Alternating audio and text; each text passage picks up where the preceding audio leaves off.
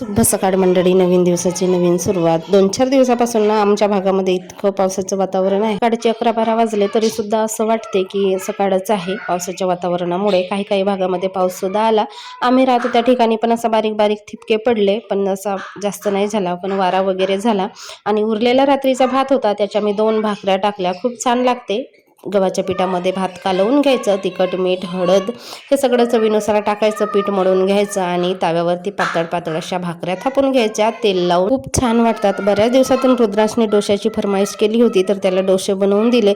सकाळची छान अशी देवपूजा झाली आणि माझी जी बाकी कामं होती ती करून घेतली. तशी तर रुद्रांची शाळा आजपासून चालू झाली, म्हणजे 6 तारखेपासून रुद्रांची शाळा चालू झाली. पहिल्या दिवशी तर नाही जात नाही जात म्हणत होता, तरी सुद्धा मी त्याला बळजबरी पाठवली. मुलांना कसं मग सवय नाही लागली ना तर तसंच शिकतात. शाळेतून आल्यानंतर मुलांचे खेळ चालू आहेत. पैसे कोणाकोणाला पाहिजे? रुद्रांसकडे भरपूर पैसे आहेत. खरेदी वगैरेला लागतील तर मागा. आणि इथे सकाळचे भांडे घासलेले होते ते दुपारला लावून घेतलं. रुद्रांसला शाळा नसली की थोडं आरामात कामं होतात आणि शाळा असली की ती कामं लवकरच होतात. म्हणजे तीच कामं उशिराने होतात आणि तीच कामं लवकर मग करता म्हटलं तर लवकर सुद्धा होतात. संध्याकाळी आम्ही गेलो होतो एका कार्यक्रमाला.